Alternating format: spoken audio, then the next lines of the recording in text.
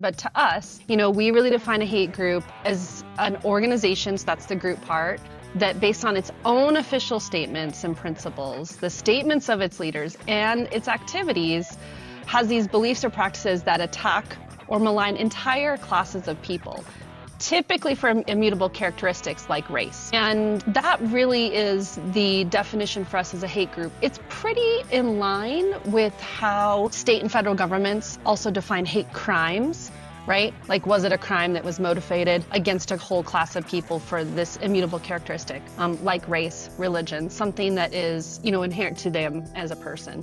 So that's our definition of a hate group. Alrighty, welcome back. It's Alabama Politics This Week. Josh Moon, David Person, and we are happy now to have with us Rachel Carroll Rivas. She is the Deputy Director of the Intelligence Project. And let me tell you something. I have wanted my entire life to be somehow associated with anything with the name intelligence in it. It just seems like it's such a status to be, to be involved with a intelligence project. It's so nice. But hey, listen, Rachel, thank you so much for spending some time with us, because we have you're pretty important project that you work on. I know all year long y'all spend a lot of time on the Year in Hate Yes. project, and which highlights hate groups, the racism, the bigotry, the things that go on in the shadows of our world, unfortunately.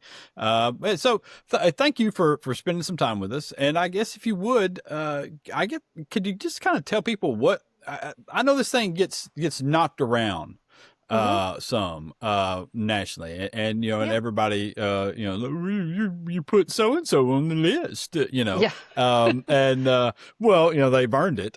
But tell us what the Year in Hate really is, how and kind of how y'all go about that. Yeah, absolutely. Well, thanks so much for having me both. I just truly appreciate it. At the core of what I think the important part of having this odd kind of intelligence about the really hateful extremist movements in the United States, and particularly in Alabama, really the core for me is being able to use that to help people really feel like they have the information to strategize in their own community, to push forward with positive civil rights and human rights issues in their community, and honestly, just to keep safe. And so really that's the core of the Year in Hate and Extremism, and it has been for the whole history of the Southern Poverty Law Center. We've been documenting the groups. These are the organizational infrastructure, right, that underpins this movement in the U.S. They're the place where people gather, where they share ideas, where they take action together, sometimes violently, and where really they're pushing hate across the country. And so we document these groups across the U.S. for the last 50 years. We give a location and we give, general, right, like the city. And then we really give people a little bit of information about what these groups are up to, who they are. And it's not because someone locally doesn't know. Let's be real. People in their local community, they usually know exactly what's going on. Right. It's really more about connecting the dots, really figuring out how is what I'm experiencing related to somewhere else, and is there a way that community has responded or tried to prevent this that they can use, and really just kind of take away, I think, the fear often as well, because sometimes it seems like a lot more than it is, and that's another issue. I will say this year's report is a little different in that one of the key things we really saw was, unfortunately, kind of the taking up of these ideas and the people by our federal government. So a lot more power within government for these ideas and elevating the people in these movements. Yeah, it's been a really depressing time, for those of us with, common decency, to watch. And I guess you put this thing together. Is there? I'm trying to think of the right way to phrase this. Is there some I'll just go with disappointment. Is there some deep Mhm. disappointment as you watch these people who you have identified for years? And I mean, look, let's be honest. Y'all aren't doing this. Y'all aren't throwing darts at a dartboard somewhere, and just making these things up. You've got facts. You've got things that you cite. There's reasoning behind what goes on. Is it disappointing now to see so many of these folks, like you said, in power, also turned into victims by other people who are in power?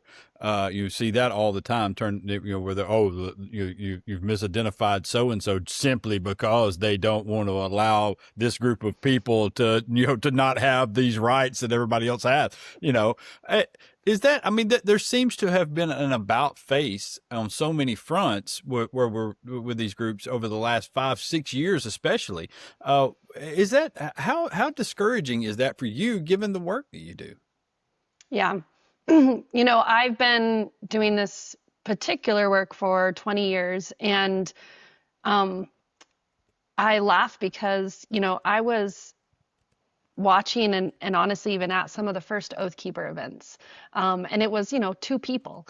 And then to see, as you say, within the last 5, 6 years, things like January 6th happen, feeling like we'd warned folks this could be a real thing. Okay, but then we survived it, right? And our democracy thrived, and we kind of said, okay, bad things happen, but we can like keep going. And to your point, quite frankly, over the last year and a half, to see the pardoning in 2025, a key point, Mm, we really note in our report of all of the people involved in the insurrection on January 6th. Now, all of those people were not leaders. All of those people were not organizers, but some of them were. And that includes folks like Stuart Rhodes with Oath Keepers, like the Proud Boys that we documented, and a number of small groups across the South, particularly in places like Georgia, who made their way to DC for that. And then now, I think, quite frankly, to see some of the messages that are really common by these white supremacist groups, particularly around immigration, just be um, put out through kind of mainstream politics. It's quite depressing and it's really unfortunate. Now, there are moments that I see of hope where people on the ground do not like this. So, how do we get our information? You asked, you mentioned sort of facts. Yes, we base information in the report on, verifiable facts, but also really on reports from the community, from people who are experiencing this. In addition to the groups, we also document kind of leafleting or flyering incidents across the country. And mm-hmm. so that's a really another way for us to kind of give numbers to what people are experiencing. And those are directly from the reports of people who Right. have these hateful things, placed on their doorstep. In 2025, there were 1,262 hate and anti-government groups in the United States, and over 5,000 incidents of this kind of racist, anti-Semitic flyering. We saw particularly an increase in white nationalist groups. And I think that's the most concerning for me, in the sense that these are very racist ideas. We did see an interesting decrease in anti-government groups. I'll tell you, that's, again, not surprising to me because I look at this stuff. When your whole theory for these groups on the anti-government movement is about a nefarious one world government, against the federal government, and all of a sudden you like the federal government, you don't Mm. really have a lot to organize around. So Yeah. that is Yeah, where we saw a yeah, I decrease. kind of thought it was but there's a lot of crossover between the anti-government and racist groups, and since you put all the Sure. racists in charge of government, now they don't suspect the government as much anymore. I don't That's know. right. That's Yeah, right. That's right. Absolutely. And there's a historical root there as well, and there's a root there today. They work together. We know that, right. right? We see that they work together. So, yeah, you're right. I mean, it is depressing, but also, honestly, I think it's important to point out because it can seem so normalized, right? Yeah. can just feel like, oh, this is how it is. This is exactly how it is. But we really, you know, we documented a few things I think that are interesting nationally. One is 1 in 10 groups that were testifying at key hearings in Congress were hate groups, particularly the anti-immigrant and anti-LGBTQ groups. We saw the rolling back of prevention efforts through our federal law enforcement agencies like Department of Homeland Security, DOJ, really efforts that were really looking at how do we help youth not join these movements. Right. And one of them I think that's worth mentioning is particularly how we help youth not join into this really kind of egregious male supremacist stuff online. And one of the groups that has a website that is unfortunately quite popular amongst youth is called incels, and these are really extreme views of how men should be, and quite frankly, these are men who advocate violence and sexual violence against women. And that website really in the group is incorporated in Alabama. Which is, I mean, this Really? is an international problem. So that's kind of an interesting and really unfortunate, again, connection to kind of an international movement right there in Alabama. Hmm. Rachel, I'd like to know how the SPLC is defining hate. Yeah. What is hate Yeah. by your definition? Yeah, right. This is, you know, words have meaning, right? And I think that's really an important question because it doesn't necessarily mean the same thing to everyone. But to us, you know, we really define a hate group as an organization, so that's the group part, that based on its own official statements and principles, the statements of its leaders and its activities, has these beliefs or practices that attack or malign entire classes of people, typically for immutable characteristics like race. And that really is the definition for us as a hate group. It's pretty in line with how state and federal governments also define hate crimes, right? Like, was it a crime that was motivated against a whole class of people for this immutable characteristic, like race, religion, something that is, you know, inherent to them as a person. So that's our definition of a hate group. We do also define anti-government groups, and I just mentioned that, and that might be familiar folks like militia movements, you know, oath keepers. And those really are about, again, those groups, their own statements of their leaders, their activities that paint a false picture of the federal government as inherently tyrannical. And they're very conspiratorial. They track with these conspiracy theories that are really meant to delegitimize government and personnel, and also often perpetuate violence against government.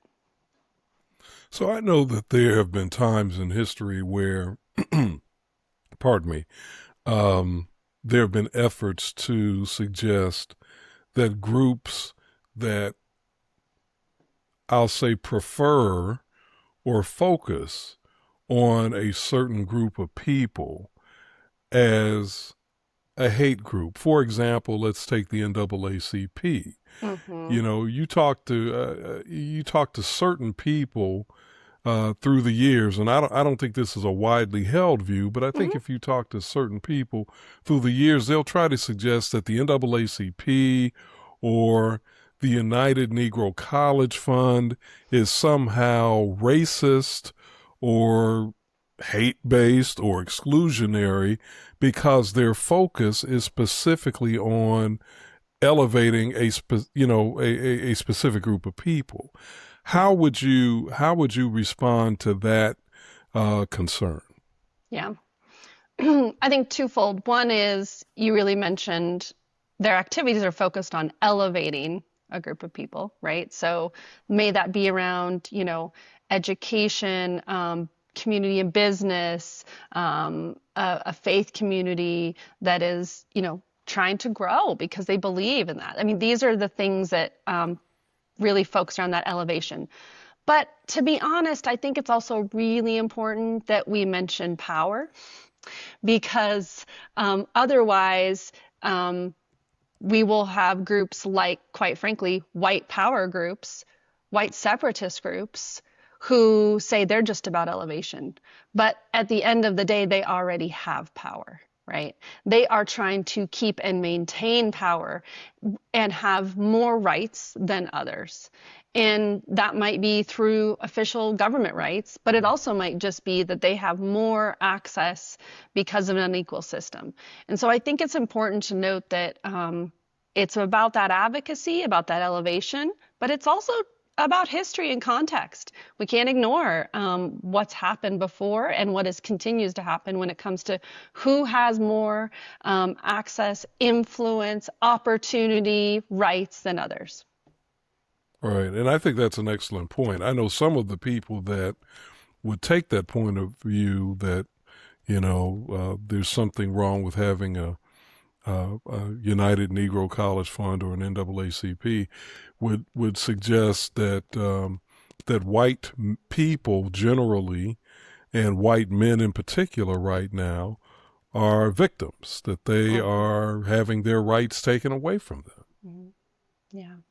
Yeah, we see a lot of this concept of kind of, reverse discrimination, or of the idea that there is, that people who have actually been privileged are victims.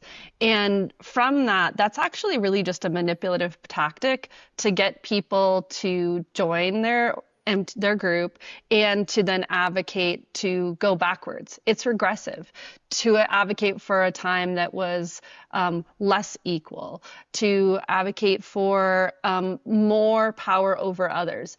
I can tell you, looking at the chat rooms of these spaces, listening to the speeches, watching a lot of their podcasts and YouTubes, a lot of their documents, this is not, at the end of the day, about equality. It is not about democracy. It is absolutely about the continuation and re-elevation of power for white men over others.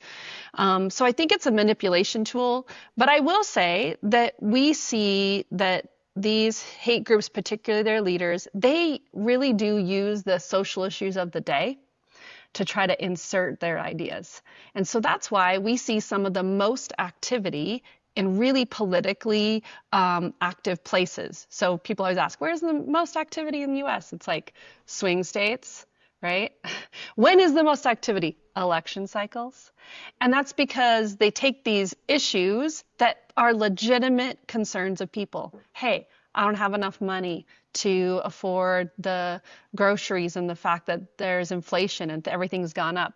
And then they give you simple answers to complex questions, right? They blame somebody. Usually right now, we see that they're blaming a few people for things, blaming immigrants, right? For our economic struggles. They're blaming women for the way that economy is playing out for some young men. And quite frankly, they blame continuously the never-ending trope, blaming two communities, blaming Black communities for crime and blaming Jewish folks for anything that has to do with something they don't understand, or it has to do with people with wealth and money. And it's the same tropes again and again for, hundreds of years. Yeah. I just want to ask you one other question. I'm a big fan of stand-up comedy, and there have been stand-up comedians who have been strongly criticized for their comments. I wonder, does the SPLC view somebody in that space, or could the SPLC view somebody in that space because of the platform that they have, and as a person who should be, even though it's not they're not a group, I get that, but a person who should be put on a hate list. For example, just to crystallize this a little bit, Dave Chappelle got criticized very severely by many people for jokes he was making that where the subjects were trans people. Is that something that should also be, and I'm not saying that I agree or disagree with what he did, but is that something that should be viewed as warranting being categorized as, by the SPLC as an act of hate? Yeah. Well, I don't look at a lot of comedians for work. And we do have extremist profiles. So many of the resources we provide to folks are hate and anti-government map, interactive map, splcenter.org. You can look at those groups over years, look at locations. We have a flyering map, so you can look at those flyers I mentioned. But we also have the report with kind of the breakdown of the year. And then we put together these extremist profiles. So this is the place, David, where like, are there individuals that sort of deserve a little bit of call out and communities deserve some information about them? But extremist profiles that we're putting together, these are folks who are leading hate groups. I do not think that the SPLC's energy is, we have not put it into people who, are not pushing folks to join a hate movement, right? Now, when it comes to comedy, personally, I think comedy is amazing. I love some comedians. There's some great folks doing amazing things. But I will say that my kind of rule of thumb is comedians who punch up and not down are usually the ones that I think are the most funny.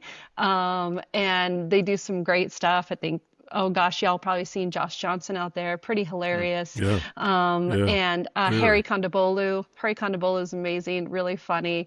So there's some folks doing some amazing things, but that's a pretty good rule of thumb, I think, for comedians, you don't need to punch down at someone with less power.